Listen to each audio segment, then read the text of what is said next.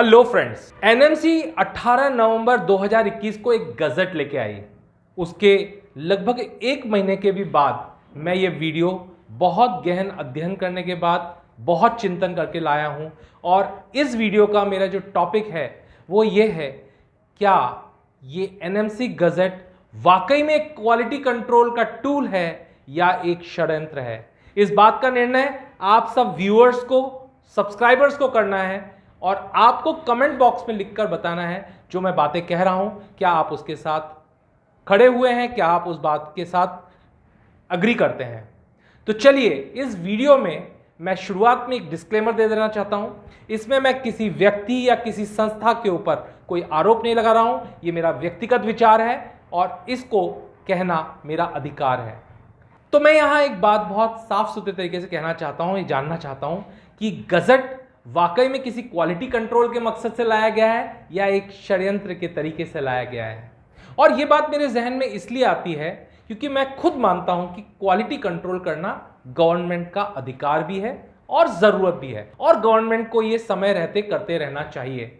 इसमें किसी को कोई आपत्ति नहीं होनी चाहिए। लेकिन क्वालिटी कंट्रोल करने के दौरान भी गवर्नमेंट को कुछ चीजों के लिए बहुत संवेदनशील होना चाहिए। मेरी पहली पॉइंट इस बात पर है कि गजट को इस समय यानी 18 नवंबर 2021 को क्यों लाया गया।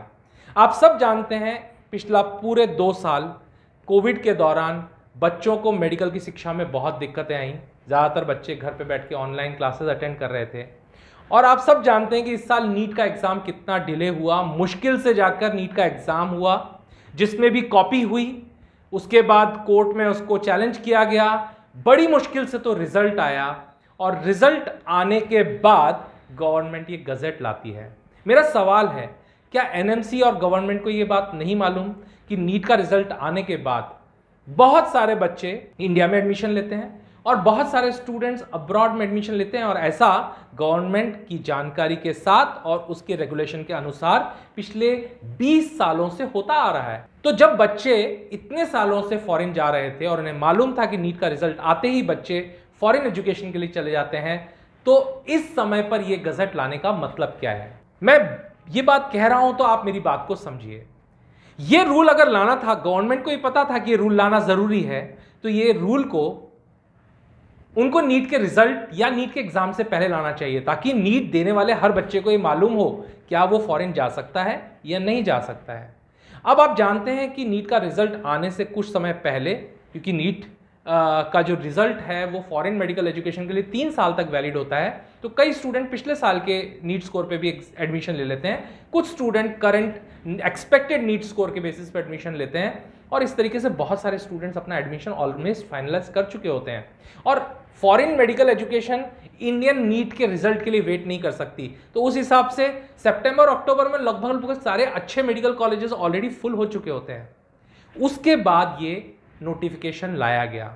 अब आप मुझे बताइए कि ऐसे समय पर ये नोटिफिकेशन लाने पर जिन बच्चों ने अपने डॉक्यूमेंट्स भेज दिए थे, जिन बच्चों ने अपनी फीस जमा करा दी थी, उन सब बच्चों के लिए गवर्नमेंट की क्या जिम्मेदारी है। उन बच्चों की फीस कैसे रिकवर होगी, उन बच्चों का क्या होगा।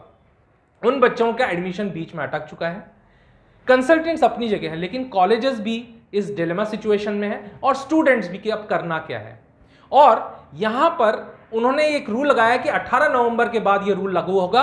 18 नवंबर के बाद जाने वाले सभी स्टूडेंट्स के ऊपर उनको 1 साल की इंटर्नशिप एक्स्ट्रा करनी पड़ेगी। मेरा सवाल है एनएमसी से, ये कैसे डिसाइड होगा कि क्या 18 नवंबर से पहले बच्चा गया या नहीं गया, उसका एडमिशन हुआ या नहीं हुआ। क्योंकि ये बात जग जाहिर है, सब लोग जानते हैं कि आज दिसंबर का महीना चल रहा है और आज भी बहुत सारे मेडिकल कॉलेजेस 18 नवंबर के पहले के एडमिशन लेटर इशू कर रहे हैं। तो गवर्नमेंट ये निर्णय कैसे करेगी कि ये एडमिशन 18 नवंबर के पहले हुआ या बाद में हुआ। और आप सब जानते हैं कि पिछले 2 सालों में कोविड के कारण बहुत सारे कंट्रीज ने अपने स्टूडेंट्स को वापस नहीं बुलाया, तो स्टूडेंट इंडिया में बैठ के ऑनलाइन क्लासेस कर रहे हैं। तो नेचुरल उनके वीजा पे स्टैंपिंग तो होने वाली नहीं है। जब वीजा की स्टैंपिंग नहीं होगी तो गवर्नमेंट इस बात का निर्णय कैसे करेगी कि 18 नवंबर से पहले किसका एडमिशन हुआ और किसका एडमिशन नहीं हुआ। अगर कोई यूनिवर्सिटी आज दिसंबर के महीने में भी एडमिशन लेटर 18 नवंबर के पहले का निकाल के देती है, तो क्या गवर्नमेंट उसको सही मानेगी? और इसका निर्णय कैसे होगा। मैं ये बात क्यों कह रहा हूं? मैं ये बात इसलिए कह रहा हूं क्योंकि इसमें से एक अजीब सी बू आ रही है, एक षड्यंत्र की बू आ रही है। और वो बात इसलिए मैं कह सकता हूं क्योंकि आप सब जानते हैं इस साल नीट का रिजल्ट डिले हुआ। नीट का रिजल्ट डिले होने के बाद कोर्ट में रिट लगने के कारण नीट की काउंसलिंग की डेट्स का आज तक निर्णय नहीं हो पाया है। और नीट की काउंसलिंग का निर्णय नहीं होने की वजह से प्राइवेट मेडिकल कॉलेजेस इस समय घबराए हुए हैं। इंडिया के प्राइवेट मेडिकल कॉलेजेस आप सब जानते हैं, हो सकता है आप सबको ये बात सुनकर थोड़ा बुरा लगे, कुछ लोगों को जो बहुत रसूखदार लोग हैं उनको ये बात लगे कि शायद मैं उनके ऊपर पॉइंट आउट कर रहा हूं, लेकिन मैं उनके ऊपर पॉइंट आउट नहीं कर रहा हूं। ये सारे प्राइवेट मेडिकल कॉलेजेस का इन्वेस्टमेंट 300-400 करोड़ रुपए होता है। ये या तो कोई बड़ा उद्योगपति लगाता है, या कोई नेता, या कोई पॉलिटिकल लीडर, या फिर कोई इन्फ्लुएंशियल बिजनेस लीडर, क्योंकि कोई सामान्य आदमी की तो औकात नहीं कि वो 300-400 करोड़ रुपए का इन्वेस्टमेंट करके एक मेडिकल कॉलेज खड़ा करे। नेचुरल रूप से ये लोग बहुत पॉलिटिकली इन्फ्लुएंशियल है और इनका पैसे से और पॉलिटिकल इन्फ्लुएंस दोनों से ही बहुत स्ट्रांग है, और ये कंटिन्यूअस किसी भी मेडिकल बॉडी या किसी भी बॉडी को इन्फ्लुएंस करने में सक्षम है। और इनको ये सबको डर लग रहा था कि अभी तक तो काउंसलिंग की डेट्स ही नहीं आई, अगर सारे बच्चे सस्ती एजुकेशन के कारण बाहर चले गए तो हमारे मेडिकल कॉलेजेस का क्या होगा, हमारी सीटें कैसे भरेंगी। और इसकी वजह से हो सकता है कि ये प्रेशर डाला जा रहा हो कि आप इसी समय पर ये ऐसा ड्राफ्ट डालें, क्योंकि ये बात पहली बार नहीं हुई है। आप सब जानते हैं कि लगभग अक्टूबर नवंबर के महीने में हर साल एनएमसी एमसीआई कोई ना कोई ऐसा बिल लाती है जिससे कि फॉरेन मेडिकल एजुकेशन डिस्टर्ब हो सके, जिससे कि इंडियन प्राइवेट मेडिकल कॉलेजेस की पेट भर के सीट भर दी जाए। मेरा यहां पर कुछ सवाल है जो मैं सभी देखने वाले दर्शकों से और गवर्नमेंट की सभी बॉडीज से पूछना चाहता हूं। मेरा पहला सवाल, भारत में हर साल लगभग 16 लाख बच्चे नीट का एग्जाम देते हैं। ये वो बच्चे हैं जिन्होंने अपनी जिंदगी में बायो ऑप्शन सेलेक्ट करके डॉक्टर बनने का निर्णय किया। आप सब जानते हैं बायो लेने वाले स्टूडेंट्स के लिए करियर के लिए बहुत ज्यादा अलग अलग ऑप्शंस नहीं होते हैं। मतलब अगर डॉक्टर के बराबर का कोई बेहतरीन ऑप्शन माना जाए तो कोई ऑप्शन नहीं है, ना तो नर्स, ना एग्रीकल्चर, ना ही कोई दूसरा ऑप्शन, ना ही बायोटेक्नोलॉजी, क्योंकि उसके अंदर उस तरीके की करियर या जॉब्स नहीं है। ये सब जानते हैं, इसमें कुछ छुपा हुआ नहीं है। तो अगर ये बच्चे 16 लाख की क्वांटिटी में जिन्होंने नीट का एग्जाम दिया है, जिन बच्चों ने बायोलॉजी लेकर नीट का एग्जाम नहीं दिया उनकी तो मैं बात ही नहीं कर रहा हूं, बात कर रहा हूं उन बच्चों की जिन्होंने नीट का एग्जाम दिया है। उनमें से सिर्फ 35 से 40 हजार बच्चों को Indian government medical colleges provide करा पाएगी, जहां पर बच्चा कम फीस पर पढ़ाई कर सकता है। उनमें भी काफी सारे गवर्नमेंट मेडिकल कॉलेजेस हैं जिन्होंने मैनेजमेंट सीट के नाम पे 40 लाख 45 लाख रुपए तक के पैकेजेस बना दिए हैं। अब सवाल ये पैदा होता है कि बाकी 15,60,000 बच्चों के बारे में सरकार ने क्या सोचा है। मैं ये नहीं कहता कि मेडिकल की शिक्षा के ऊपर एक क्वालिटी कंट्रोल नहीं लगना चाहिए, लेकिन यह भी उतना ही बड़ा सच है कि भारत में आज लगभग 6 लाख डॉक्टर्स की कमी है। हर साल सिर्फ 80,000 या 70,000 डॉक्टर्स एमबीबीएस करके बाहर निकलते हैं। क्या गवर्नमेंट के पास इसकी कोई रणनीति है कि वो ये 6 लाख डॉक्टर्स की कमी को कब और कैसे पूरा कर सकेंगे? और कोविड के दौरान तो ये कलई सबके सामने खुलकर आ गई थी कि किस तरीके से भारत की पूरी स्वास्थ्य व्यवस्था चरमरा गई थी, जहां डॉक्टर्स नहीं थे, नर्सेज नहीं थे। इसकी पूर्ति कैसे होगी? अगर आप एक सामान्य सा हिसाब निकालें कि भारत के हर जिले, लगभग 700-750 जिले जो हैं भारत के डिस्ट्रिक्ट्स, उन सभी के अंदर अगर एक मेडिकल कॉलेज भी खोल दिया जाए, तब भी 100 सीट्स के साथ गवर्नमेंट इस नंबर को कभी पूर्ति नहीं कर सकती है। तो गवर्नमेंट के पास क्या ब्लूप्रिंट है? किस तरीके से गवर्नमेंट इतने सारे बच्चों को और इतने सारे लोगों के इलाज का जिम्मेदारी उठाएगी? अब यहां पर एक क्वेश्चन मार्क उठता है जो गवर्नमेंट उठाती है, कई बार बहुत सारी मेडिकल बॉडीज उठाती हैं कि साहब ये जो फॉरेन से बच्चे पढ़कर आते हैं इनका सक्सेस रेशियो बहुत कम है। एफएमजी का जो फॉरेन मेडिकल ग्रेजुएट एग्जाम होता था उसमें ये बच्चे पास नहीं हो पाते। बच्चे मेडिकल करके तो आ जाते हैं पर पास नहीं होते। तो इसमें मेरे पास 2 पॉइंट्स हैं जो बहुत इंपॉर्टेंट है। पहली बात, 2017 के पहले ज्यादातर बच्चे बिना नीट एग्जाम दिए फॉरेन मेडिकल एजुकेशन के लिए चले जाते थे। उनमें से बहुत सारे बच्चे औसत उनकी परसेंटेज हुआ करती थी, वो एकेडमिकली बहुत स्ट्रांग नहीं होते थे। तो नेचुरल बात है कि उन बच्चों की एफएमजी सक्सेस रेशो कमजोर होना लाजमी है।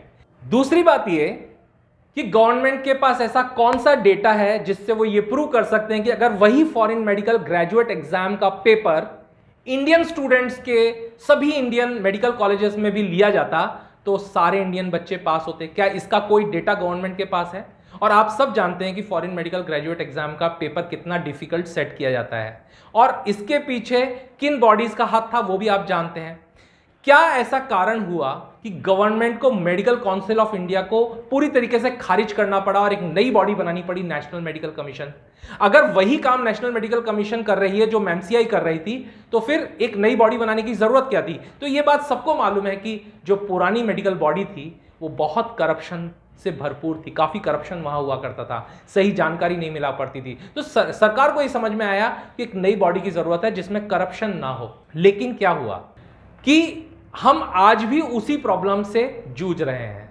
अब यहां पर मेरा एक तथ्य और है, क्या पासिंग रेशो ही निर्णयात्मक है? अगर ऐसा है तो आप सब जानते हैं एग्जाम होता है चार्टेड अकाउंटेंट। इंडिया में जो भी बच्चा कॉमर्स लेता है और जो भी चार्टेड अकाउंटेंट बनना चाहता है वो इंडियन चार्टेड अकाउंटेंट काउंसिल का एक एग्जाम देता है, हाँ, और उस एग्जाम्स को पास करने के बाद ही वो चार्टेड अकाउंटेंट बनता है। ये बात सर्वविदित है, सब जानते हैं कि टोटल सक्सेस रेशो, यानी अगर 100 बच्चे चार्टेड अकाउंटेंट बनने निकलते हैं तो उनमें से सिर्फ 5 एक्चुअल में चार्टेड अकाउंटेंट बन पाते हैं। 95 बच्चे कभी भी चार्टेड अकाउंटेंट नहीं बन पाते, यानी कि 95% and more student never qualify CA exam and never become a chartered accountant. तो क्या गवर्नमेंट के हिसाब से उस एग्जाम को भी बंद कर देना चाहिए? क्या उन सब बॉडीज को बंद कर देना चाहिए जहां पर उनकी पढ़ाई चल रही है, क्योंकि वहां के बच्चे सीए का एग्जाम पास नहीं कर पा रहे?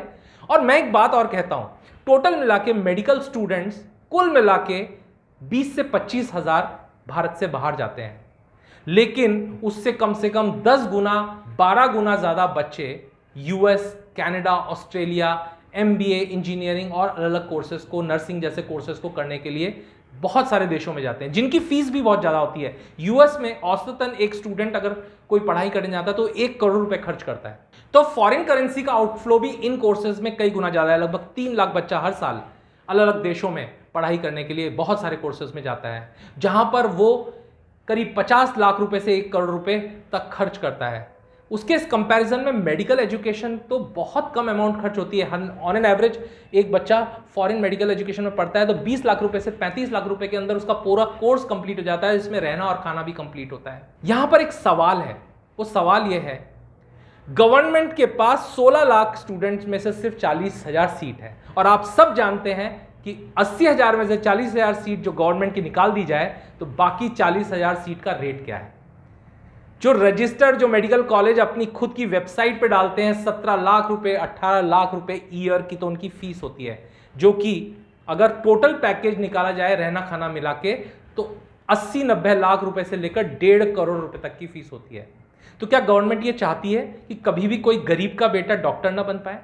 क्या गवर्नमेंट ये शिक्षा का अधिकार कि कोई बच्चा जिसके पास जेब में 80-90 लाख या 1 करोड़ रुपए नहीं है वो कभी डॉक्टर बनने का सपना ना देख पाए? वो सपना उन बच्चों का जो औसत थे, जो मिडिल क्लास के बच्चे थे, जो गरीब बच्चे थे, उनका डॉक्टर बनने का एक रास्ता फॉरेन मेडिकल एजुकेशन के माध्यम से खुलता था। लेकिन वो ऑप्शन भी आपने छीन लिया। क्या आपको नहीं लगता कि ये राइट टू एजुकेशन के खिलाफ है? एक स्टूडेंट को राइट टू एजुकेशन होता है, उसको शिक्षा का अधिकार होता है। ये 15,60,000 बच्चे जो कभी जिंदगी में डॉक्टर नहीं बन पाएंगे, इनका सपना पूरा नहीं हो पाएगा क्योंकि इनके पास 1 करोड़ रुपए नहीं है। इनके पिताजी माताजी पॉलिटिशियन नहीं है, डॉक्टर्स नहीं है जो भर भर के पैसा कमा रहे हैं। इनके बारे में आपने क्या सोचा है और इनको किस तरीके से शिक्षा मुहैया कराई जाएगी? और अगर इनको शिक्षा मुहैया नहीं कर पाई तो हमारे भारत में जो डॉक्टर्स की और नर्सेस की कमी है उसको पूर्ति सरकार कैसे करेगी?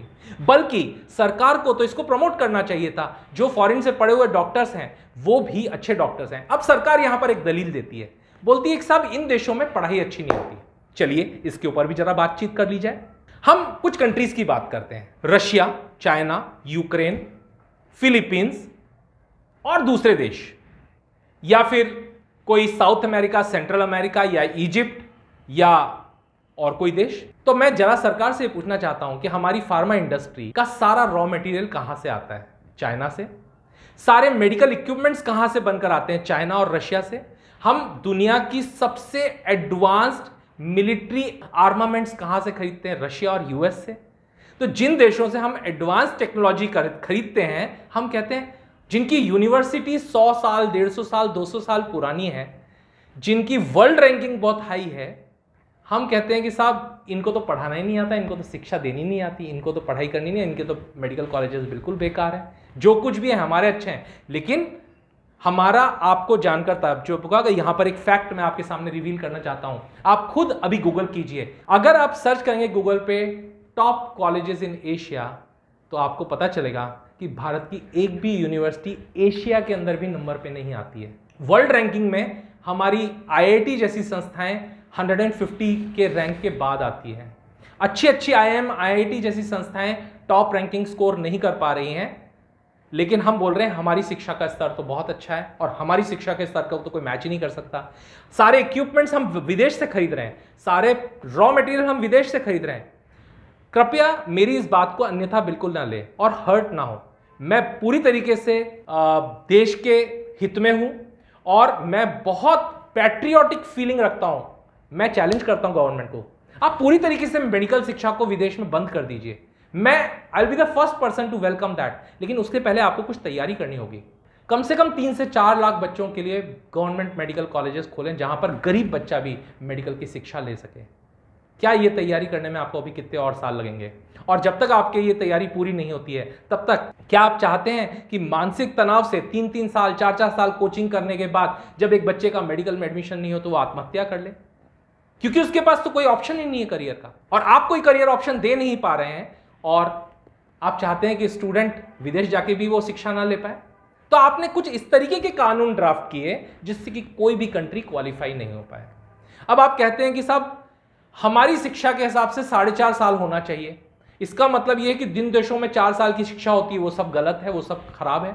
हाँ, हम हमारी क्राइटेरिया सेट कर सकते हैं, लेकिन हम दूसरे कंट्रीज के क्राइटेरियाज को, जिसको वर्ल्ड हेल्थ ऑर्गेनाइजेशन ने एक्रीडेट किया हुआ है, जिसको दूसरी सभी ECFMG जैसी बॉडीज ने एक्रीडेट किया हुआ है, तो इंडियन गवर्नमेंट कैसे ये डिक्टेट कर सकती है कि इससे कम वाले जो कोर्सेज हैं वो सब खराब कोर्सेज हैं और उनको आप अलाउ नहीं करोगे? देखिए, यहां पर बहुत सारे कंसल्टेंट अपनी अपनी बातें कर रहे हैं, बहुत सारे कंसल्टेंट हैं एक दूसरे के ऊपर उंगली कर रहे हैं, उनको बता रहे हैं कि आपका देश खराब है, आपका देश खराब है। मैं सिर्फ एक बात कहता हूं, किसका देश खराब है किसका नहीं है, सरकार एक कानून बनाए, एक स्ट्रॉन्ग कानून बनाए, एक शिक्षा के लिए एक संवेदनशील होकर कानून बनाए और बताए कि लोगों को क्या करना है, और उसको बिफोर एडवांस में बताए। अभी हालात ये है कि सभी बच्चे जिन्होंने फॉरेन मेडिकल एजुकेशन में एडमिशन ले लिया है इस समय पर बहुत दबाव में है। उन्हें समझ में नहीं आ रहा कि क्या सही है क्या गलत है, क्या उन्हें करना चाहिए क्या नहीं करना चाहिए, और उनके सपने चूर चूर हो रहे हैं। बहुत सारे बच्चों के फीस के पैसे फंसे हुए हैं, बहुत सारे बच्चों के एडमिशन्स आधे में अटके हुए हैं। ऐसे सभी बच्चे के लिए सरकार क्या करने वाली है, ये सवाल मेरा सरकार और NMC और उन सभी लोगों से है जो इस बारे में विवाद खड़ा कर रहे हैं। एक बड़ा ही हास्यास्पद सा पॉइंट उन्होंने डाला कि आपकी सारी शिक्षा और आपका इंटर्नशिप भी इंग्लिश में होना चाहिए। ठीक है, अगर आपकी शिक्षा तो पूरी तरीके से इंग्लिश में हो सकती है, और ज़्यादातर जहाँ पर मेडिकल कॉलेजेस में आज इंडियन स्टूडेंट्स जाते हैं वो सब जगह पे इंग्लिश में ही एजुकेशन होती है। जहाँ नहीं होती है आप उसको बंद कर सकते हैं, उसमें मुझे कोई आपत्ति नहीं है। लेकिन क्या इंडिया में इंटर्नशिप इंग्लिश में होती है? और अगर इंडिया में इंटर्नशिप इंग्लिश में नहीं होती है तो आप किसी दूसरे देश के ऊपर ये दबाव कैसे डाल सकते हैं कि वहाँ की इंटर्नशिप इंग्लिश में हो? तो इसलिए ये पॉइंट पूरी तरीके से खारिज किया जाना चाहिए। किसी भी देश के अंदर इंटर्नशिप वहाँ की लोकल लैंग्वेज में होगी, क्योंकि वहाँ का पेशेंट वहाँ की लोकल भाषा ही बोलेगा। तो उस भाषा में अगर वो इंटर्नशिप ले रहा है तो इसमें किसी को कोई आपत्ति नहीं होनी चाहिए। भारत में भी अगर कोई स्टूडेंट तमिलनाडु में अपनी इंटर्नशिप करेगा तो वहाँ पर उसको तमिल आनी चाहिए, केरल वाले को मलयालम आनी चाहिए, और अगर कोई बच्चा कर्नाटका में कर रहा है तो उसको कन्नड़ आनी चाहिए, ताकि वो अपने लोकल पेशेंट्स, ग्रामीण पेशेंट से बातचीत कर सके। वहाँ पर कौन सी इंग्लिश में इंटर्नशिप हो रही है? तो फिर आप फॉरेन मेडिकल एजुकेशन के या फॉरेन मेडिकल ग्रेजुएट के ऊपर इस तरह का रूल क्यों लागू कर रहे हो? मुझे आपत्ति इस पॉइंट पर भी है कि आपने ये डाला है कि 4.5 साल का ही कोर्स होना चाहिए, 4 साल वाला कोर्स नहीं है। चलिए ठीक है, कुछ हद तक इसको हम सही या गलत के आंकड़ों से अलग हटा देते हैं, गवर्नमेंट ने कुछ देखा होगा, कुछ सोचा होगा। लेकिन जिन कंट्रीज में 4 साल की एजुकेशन होती है और वो हमसे कई गुना बेहतर एजुकेशन प्रोवाइड कराते हैं, उनका आप क्या करेंगे? वो पूरी दुनिया में सब जगह पर उसको मान्यता दी गई है, तो भारत सरकार उनको मान्यता ना दे, ये उनकी चॉइस है। अब यहां पर उन्होंने एक कंडीशन लगाई है, वो कंडीशन ये है कि आपको उस कंट्री में भी रजिस्ट्रेशन कराना चाहिए। मैं सवाल गवर्नमेंट से और एनएमसी से पूछता हूं, अगर आप भारत में किसी बच्चे को मेडिकल एजुकेशन देते हैं और अगर वो विदेशी है, पहली बात तो हमारे पास इतनी सीटें नहीं है कि हम विदेशी बच्चों को पढ़ा सकें, लेकिन अगर कोई विदेशी बच्चा इंडिया में पढ़ने आ जाए, आप उसको यहां पर रजिस्ट्रेशन प्रोवाइड करेंगे? यहां पर एक इंसान इटली से आकर या किसी भी देश से आकर यहां का प्रधानमंत्री बनने का सपना तो देख सकता है, लेकिन यहां पर डॉक्टर बनने का सपना नहीं देख सकता। इंडिया में उसका रजिस्ट्रेशन होने वाला नहीं है, लेकिन गवर्नमेंट ये चाहती है कि जो भी बच्चा फॉरेन जाए वो देश उस बच्चे को रजिस्ट्रेशन दे। तो जो काम आप खुद नहीं कर रहे हो उसकी अपेक्षा आप दूसरे किसी कंट्री से कैसे कर सकते हैं? गवर्नमेंट पहले इसके पहले नोटिफिकेशन निकाले कि हाँ, हम बहुत सारे फॉरेन के स्टूडेंट्स को इंडिया में पढ़ाएंगे और उनको रजिस्ट्रेशन प्रोवाइड कराएंगे, और उसके बाद यही डिमांड वो इंटर गवर्नमेंट जो डिप्लोमेटिक टॉक्स हैं उनमें दूसरे गवर्नमेंट से बात करे और डिसाइड करे कि हाँ, उन कंट्रीज में भी ऐसा होना चाहिए।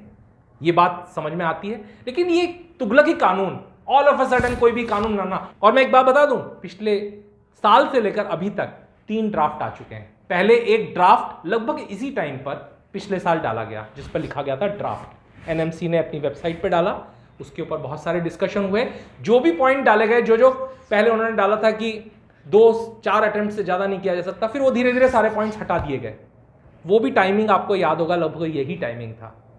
और उसके बाद वो सारे पॉइंट्स हटा दिए गए जो उस ड्राफ्ट में डाले गए थे। उसके बाद बहुत सारे लोगों से डिस्कशंस हुआ, बहुत सारे सीरीज ऑफ डिस्कशंस हुए, बहुत सारे एसोसिएशंस ने एनएमसी के सामने जाके अपने पॉइंट्स रखे, उन सबसे डिस्कशन किया गया। कुछ 1-2 महीने पहले एक और ड्राफ्ट पब्लिक डोमेन में आया था, हालांकि उसके ऊपर साइन नहीं थे। वो ड्राफ्ट पूरी तरीके से अलग था, लेकिन लास्ट में जो ड्राफ्ट यहां पर डाला गया वो कुछ इस तरीके से डाला गया मानो वो चाहता है कि किसी कंट्री में कोई बच्चा पढ़ने जा ही ना सके, इस इंटेंशन के। तो सवाल यहां पर इंटेंशन क्या है? और निश्चित रूप से मेरा सवाल यहां हर उस बच्चे और उस पेरेंट से भी है, क्या हमें इस तरह का जो एक हमारे साथ इनजस्टिस किया जा रहा है, जो बच्चों के साथ इनजस्टिस हो रहा है, क्या आप इस अन्याय को सहने को तैयार हैं? क्या आप इस अन्याय को पूरी तरीके से सहेंगे? मैं कहना चाहूंगा हमें अपनी बात सरकार को रखनी चाहिए, हमें अपनी बात बतानी चाहिए। अभी गवर्नमेंट एक किसान आंदोलन के समय पर एक किसान बिल लेकर आई, किसानों ने उसका भरपूर विरोध किया और लास्ट में सरकार को अपना आंदोलन वापस लेना पड़ा। यह सही हुआ या गलत, इसके बारे में मेरा कोई टिप्पणी नहीं है, क्योंकि यह सरकार का और किसानों का आपसी मामला था। लेकिन ठीक इसी प्रकार से एक तुगलकी की कानून सरकार बच्चों पर, जो बच्चे आने वाले समय पे फ्यूचर डॉक्टर्स हैं उनके लिए लिया है, जो बेचारे 3-3, 4-4 साल से कोचिंग से परेशान हो चुके हैं, जिनका इंडियन मेडिकल कॉलेजेस में एडमिशन नहीं हो पा रहा है, जो सपना देख रहे हैं कि हम इंडिया में एक अच्छा डॉक्टर बन के इंडिया के लोगों को सर्व करना चाहते हैं। आपने उनके सपने ही छीन लिए, आपने उनकी ज़िंदगी में डॉक्टर बनने के सारे ऑप्शंस ही ख़त्म कर दिए, और आपने बोला कि नहीं, आप तो 80 लाख में 1 करोड़ रुपए में इंडियन प्राइवेट मेडिकल कॉलेज में पढ़ाई करें। हमारे प्राइवेट मेडिकल कॉलेज में भले हॉस्पिटल हो नहीं हो, पेशेंट फ्लो हो ना हो, लेकिन हमारे प्राइवेट मेडिकल कॉलेज अच्छे हैं, आप यहीं पढ़ाई कीजिए 90 लाख रुपए देके। मेरा सवाल है, मिडिल क्लास आदमी, गरीब आदमी 80 लाख 90 लाख कहां से लाएगा और कैसे देगा? क्या गवर्नमेंट के पास इसका कोई ब्लूप्रिंट है? क्या गवर्नमेंट इसके ऊपर किसी तरह की कोई पाबंदी लाने जा रही है कि जितने भी प्राइवेट मेडिकल कॉलेजेस किसी भी तरीके से गलत तरीके से पैसा कमाते हैं, ब्लैक में पैसा लेते हैं, कैश में पैसा लेते हैं, काउंसलिंग के प्रोसेस को चीट करके लास्ट में सीट्स को कैंसिल करा के मॉप अप राउंड में एडमिशन कराते हैं? और इस सर्वविदित है, सबको पता है, हर कंसल्टेंट जानता है, हर बच्चा जानता है। आज जितने भी बच्चे कर्नाटक, उत्तर प्रदेश में एडमिशन लेने के सपने देख रहे हैं, वो सब बच्चे जानते हैं कि उनका एडमिशन किस प्रकार से होगा, चाहे उनके पास 150 नंबर हो या 200 नंबर हो, उन्होंने अगर ज्यादा पैसा दे दिया तो उनको उस कॉलेज में एडमिशन मिल जाएगा। कैसे? ये सब सीट भरने के धंधे गवर्नमेंट को भी पता है, लेकिन कोई इस पर आवाज नहीं उठाएगा। क्यों? क्योंकि पैसा वहां से मिलता है। इन बच्चों का क्या है, इनके सपनों का क्या है? ये तो गरीब हैं, इनके तो जिंदगी में गरीबी लिखी हुई है, ये मिडिल क्लास लोग हैं, इनको सपना देखने का अधिकार कहां है? सपना और डॉक्टर बनने का अधिकार, बड़े बड़े हॉस्पिटल खोलने का अधिकार तो अभी रुका है। अच्छा डॉक्टर बनने का सपना तो सिर्फ एक अमीर देख सकता है और उसी को देखना चाहिए। गरीबों के लिए सपने देखने का अधिकार कहां है? एक और बड़ा ही अजीब सा कानून लेके आए। देखिए, क्वालिटी कंट्रोल में गवर्नमेंट ने कुछ बहुत अच्छे पॉइंट्स रखे हैं कि भाई सभी मेडिकल कॉलेजेस को अपनी वेबसाइट के ऊपर वो क्या पढ़ाएंगे वो पूरा करिकुलम होना चाहिए, उनकी फीस उनको अपनी वेबसाइट पे डालनी चाहिए। ये ट्रांसपेरेंसी गवर्नमेंट को लानी चाहिए। और मैं कहता हूं इतने साल तक क्यों नहीं लेके आए? क्यों इतने साल तक ये सब होता रहा बच्चों के साथ कि बहुत सारे कंसल्टेंट्स ने गलत फीस बता के बच्चों को गलत कॉलेजेस में, गलत कोर्सेज में एडमिशन कराए। क्यों गवर्नमेंट ने उस समय पे कोई कानून इसके लिए नहीं बनाए? लेकिन उतना ही गलत यह है, आप ये सब पॉलिसीज लाएं, आप हर कॉलेज का ऑडिट करें, आप अपनी टीम को, अपनी एम्बेसी की टीम को भेजें हर कॉलेज में, ऑडिट करें कि वहाँ पर इंफ्रास्ट्रक्चर है कि नहीं है, वहाँ पर फीस सही तरीके से ली जा रही है कि नहीं, लेकिन वहाँ पे बच्चे संतुष्ट हैं कि नहीं, इसमें हमें कोई आपत्ति नहीं है। लेकिन अगर वो कॉलेज अच्छा है, पहले एमसीआई की वेबसाइट के ऊपर एक लिस्ट हुआ करती थी, एनएमसीआई, उसने उस लिस्ट को भी हटा दिया। बहुत अच्छी बात है, कुछ सोचा होगा, उनके पास कोई विचार होगा इसके बारे में।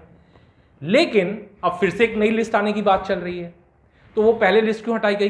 इस पूरे दौरान में बहुत सारे नए छोटे छोटे कॉलेजेस और खुल पड़े, क्योंकि कोई लिस्ट नहीं थी। उन्होंने बोला कोई भी कॉलेज खोल सकता है। इस तरह के कंफ्यूजन क्रिएट करने के लिए आप स्पेस देते क्यों हैं?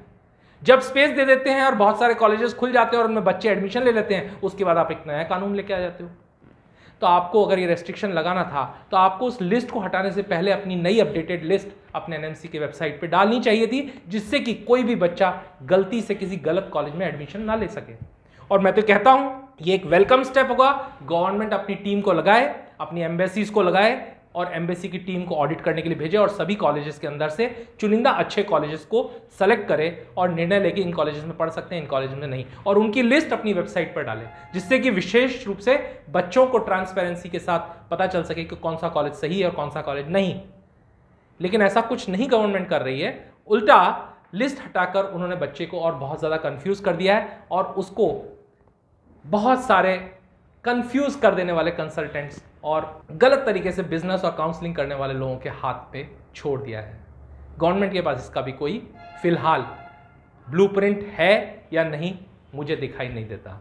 हर साल 6 महीने में एक ना एक नया बिल आता है और ये सारे बिल सिर्फ और सिर्फ मेडिकल एजुकेशन में आते हैं। इंजीनियरिंग, एमबीए, नर्सिंग और इतने सारे दूसरे जो कोर्सेज होते हैं उनके ऊपर किसी तरीके का कोई कानून नहीं आता। पिछले कितने सालों से मैंने कभी कोई कानून आते हुए नहीं देखा। ऐसा आप क्यों कर रहे हैं? जो बच्चा 10 साल तक पढ़ाई करता है, तब जाके डॉक्टर बनता है, तब जाके देश की सेवा करता है, लोगों की सेवा करता है, आप उस मेडिकल प्रोफेशन के साथ इतना जुल्म क्यों कर रहे हैं? क्यों आप उनको इतना पैसा खर्च करने पे मजबूर कर रहे हैं? बल्कि आप देखिए जितने भी अच्छे देश हैं जिनका नाम एनएमसी ने भी अपनी वेबसाइट पे डाला है, US, Canada, Australia, New Zealand, UK, जहां की मेडिकल शिक्षा को भारत में मान्यता दी गई है, उन सभी कंट्रीज के अंदर पोस्ट ग्रेजुएशन की पढ़ाई पूरी तरीके से फ्री होती है और वहां पर उनको स्टाइपेंड भी मिलता है। तो क्यों ना गवर्नमेंट जितने भी प्राइवेट मेडिकल कॉलेजेस हैं उन सबकी शिक्षा को भी सीमित फीस के अंदर 20 लाख 25 लाख रुपए के अंदर लेके आए, जिससे कि हर बच्चा इन प्राइवेट मेडिकल कॉलेजेस में पढ़ाई करके अपने सपनों को पूरा कर सके। क्या गवर्नमेंट में यह हिम्मत है? मैं आज गवर्नमेंट और एनएमसी से सवाल पूछता हूं, क्या आपके अंदर इतनी हिम्मत है? एक दिन में आप किसी भी फॉरेन मेडिकल एजुकेशन या कॉलेज के खिलाफ एक्शन ले लेते हो? क्या आप में इतनी ताकत है, इतनी हिम्मत है कि आप इन प्राइवेट मेडिकल कॉलेजेस की फीस की बढ़ती हुई भूख के ऊपर लगाम लगा सकें? और जो बच्चे फॉरेन जा सकते थे मगर आपने उनको फॉरेन जाने से रोक दिया, वो इंडिया के प्राइवेट मेडिकल कॉलेज में उसी 20-25 लाख रुपए के बजट में पढ़ सकें और अपने सपने पूरे कर सकें। क्या इसके लिए आपके पास कोई ब्लूप्रिंट है? क्या आप इसकी तैयारी कर रहे हो? अगर नहीं तो क्यों ना हम इस पूरे गजट को एक षड्यंत्र माने? और हमें ऐसा लगता है कि क्योंकि प्राइवेट मेडिकल कॉलेजेस की सीट्स नहीं भर रही है, इसलिए आपने एक बहुत ही अच्छी तरीके से वही काम जो पहले आपसे पुरानी वाली बॉडी किया करती थी, वही काम अब आपने करना शुरू कर दिया है। एक और बहुत अच्छा विचार इस गजट के माध्यम से सरकार ने कहा कि जो बच्चा फॉरेन से पढ़कर आएगा उसको तो वहां पर भी इंटर्नशिप करनी पड़ेगी और फिर भारत में आके वापस से इंटर्नशिप करनी पड़ेगी। इसका मतलब क्या है? अगर आपको ऐसा लगता है कि वहां पर इंटर्नशिप अच्छी नहीं होती है तो आप उसको भारत में इंटर्नशिप क्यों नहीं करने देते हैं? और अगर आपको लगता है भारत में इंटर्नशिप कराने के लिए आपके पास जगह नहीं है, इसकी वजह से बच्चे को वहाँ इंटर्नशिप करनी चाहिए, तो फिर आप वापस से उसको भारत में इंटर्नशिप क्यों करा रहे हैं? आपको अपनी प्रॉब्लम को समझना पड़ेगा। आपकी एक्चुअल प्रॉब्लम है क्या? क्या आपके पास यहाँ इंटर्नशिप कराने के लिए स्पेस नहीं है या वहाँ पर इंटर्नशिप अच्छी नहीं होती है? अगर वहाँ पर इंटर्नशिप अच्छी नहीं होती तो आप वहाँ पर क्यों करा रहे हैं? और अगर यहाँ इंटर्नशिप की स्पेस आपके पास है तो आप बच्चे को यहाँ पर इंटर्नशिप क्यों नहीं करने दे रहे हैं? आपको पता है जो बच्चे 80-90 लाख 1 करोड़ रुपए खर्च कर आते हैं ना, वो प्राइवेट मेडिकल कॉलेज से पढ़ने के बाद उनके माँ बाप कभी नहीं चाहते कि उनके बच्चे कभी ग्रामीण में जाकर सेवा करें, किसी गांव में जाके किसी मेडिकल प्रोफेशन को प्रैक्टिस करें। वो चाहते हैं कि किसी शहर के बड़े हॉस्पिटल में उनकी इंटर्नशिप हो। वहीं ये जो बच्चा जो आम परिवार से, गरीब और मिडिल क्लास फैमिली से आता है ना, ये बच्चा ग्रामीण में जाकर भी सेवा करने को हमेशा तत्पर रहता है, तैयार रहता है, क्योंकि इसको तो अपनी जिंदगी बनानी है। आप उस बच्चे को बोल रहे हैं 2 बार इंटर्नशिप कीजिए, क्योंकि इंडिया में चाहे मेडिकल कॉलेज के अंदर बेड हो ना हो, प्राइवेट मेडिकल कॉलेज के अंदर कोई पेशेंट फ्लो हो या ना हो, हॉस्पिटल के अंदर अच्छी फैसिलिटी हो ना हो, डॉक्टर्स अच्छे हो ना हो, लेकिन हमारा इंडिया का जो बच्चा है वो तो सिंगल इंटर्नशिप में ही बहुत बढ़िया तैयार हो जाएगा। लेकिन जो फॉरेन से पढ़कर आएगा उसको तो 2 इंटर्नशिप करनी पड़ेगी। क्या ये समानता के कानून के खिलाफ नहीं है? Isn't it against the law of equality? क्या आप 2 तरीके का ट्रीटमेंट करना चाहते हैं, फॉरेन मेडिकल स्टूडेंट के साथ अलग और इंडियन मेडिकल स्टूडेंट के साथ अलग? अगर आपको ये रूल लागू करना है तो आप 2 साल की इंटर्नशिप इंडिया के स्टूडेंट्स की लिए कीजिए और 1 साल की इंटर्नशिप वहां से और 1 साल की इंटर्नशिप इंडिया में फॉरेन स्टूडेंट्स के लिए भी कीजिए, हमें कोई आपत्ति नहीं होगी। लेकिन आप पूरी तरीके से फॉरेन मेडिकल ग्रेजुएट्स के साथ भेदभाव कर रहे हैं और भेदभाव के साथ ही आप उनके साथ दुर्व्यवहार भी कर रहे हैं और आप उनको ये महसूस करा रहे हैं that they are not worth enough, they are not good enough, जबकि आप खुद जानते हैं कि आज आपके सारे गवर्नमेंट मेडिकल कॉलेजेस के अंदर 30 से 35% डॉक्टर्स जो आज नौकरी कर रहे हैं वो सब फॉरेन मेडिकल ग्रेजुएट्स हैं। आपको सारे एग्जिट एग्जाम्स हमेशा मेडिकल कॉलेजेस के लिए क्यों लाने होते हैं? इंजीनियरिंग है, नर्सिंग है, मैनेजमेंट है, इसमें हज़ारों बच्चे ग्रेजुएट होकर बाहर निकल रहे हैं हर साल और मार्केट में उनको नौकरियां नहीं मिल रही हैं। इसके लिए आप कभी कोई एग्जिट एग्जाम नहीं लेके आए, इसके लिए आपने कभी कोई कानून नहीं बनाया, लेकिन मेडिकल स्टूडेंट्स के लिए आपको सारे एग्जिट एग्जाम्स चाहिए। मैं एग्जिट एग्जाम के खिलाफ नहीं हूँ, लेकिन अगर आप एग्जिट एग्जाम मेडिकल स्टूडेंट्स के लिए ला रहे हैं तो इंजीनियरिंग स्टूडेंट्स, मैनेजमेंट स्टूडेंट्स के लिए भी लेके आइए ना। गवर्नमेंट बॉडीज से मैं अपेक्षा करूंगा, कंसल्टेंट से, और मैं अपेक्षा करूंगा उन सभी स्टूडेंट्स और पेरेंट्स से कि वो अपने कमेंट्स मेरे इस वीडियो पे डालें कि उनको इस वीडियो में कितनी सच्चाई नजर आई। और अगर आपको लगता है कि कोई आपका सजेशन है तो वो भी आप कमेंट बॉक्स में डालें। और आज मैं आप सभी को कहना चाहता हूं कि हम सबको ट्विटर पे ट्रेंड करना होगा injustice for foreign medical graduates, #injustice for FMG, #injustice for FMG। ये हैशटैग को हमें सबको, सभी बच्चों को, सभी पेरेंट्स को ट्रेंड कराना होगा और सरकार की बहरे कानों को एक बार फिर से आवाज सुनाना पड़ेगा। ये इस तरीके की तुगलकी कानून बार बार लाके बच्चों के मानसिक स्वास्थ्य को और बच्चों की मानसिक स्थिति को एग्जामिन ना करें, उनका टेस्ट ना लें, उन्हें परेशान ना करें, उनका शोषण ना किया जाए और बच्चे को अच्छी शिक्षा लेने के लिए सही रास्ते दिखाए जाएं। इस उम्मीद के साथ कि सरकार संवेदनशील होकर इस पर कुछ निर्णय करेगी और आप सभी बच्चे और पेरेंट्स और मेरे सारे सब्सक्राइबर्स, सारे व्यूअर्स, सभी कंसल्टेंट्स और मेरे सभी फ्रेंड्स इसके ऊपर अपना कमेंट डालें। इस अपेक्षा के साथ इस वीडियो को मैं यहीं विराम दे रहा हूं। आपके जो भी पॉइंट्स हैं आप मेरे से शेयर करें, कमेंट बॉक्स में लिखें। उम्मीद है आपको इस वीडियो में कुछ सच्चाई नजर आई होगी। मेरा नाम है विनय शर्मा और इस पॉइंट के साथ मैं इस वीडियो को यहीं पे विराम दे रहा हूं। आप जो भी पॉइंट्स देंगे उसके साथ हम इस पूरी प्रॉब्लम के साथ लड़ेंगे और कम से कम इस साल जाने वाले सभी बच्चे जो बीच में उलझे हुए हैं उन सभी को कोर्ट स्टे दे। कम से कम इस साल जितने भी बच्चे बीच में फंसे हुए हैं, जिनके एडमिशन आधे अधूरे में फंसे हुए हैं, उन सभी बच्चे को राहत दे और इस साल जाने वाले सभी बच्चों को इस कानून से बाहर रखा जाए। इस विचार के साथ मैं अपने इस वीडियो को यहीं विराम देता हूं। मेरे साथ जुड़े रहिए। हम प्यार भी जानते हैं और हम ललकार भी जानते हैं। उम्मीद है हम सबकी आवाज को सरकार सुनेगी और आप सब जागेंगे, अपने अधिकारों को मांगेंगे और अगर कहीं से आपको अच्छी शिक्षा मिल सकती है तो उसमें उस अधिकार को आप लेकर रहेंगे। थैंक यू, गुड बाय, जय हिंद।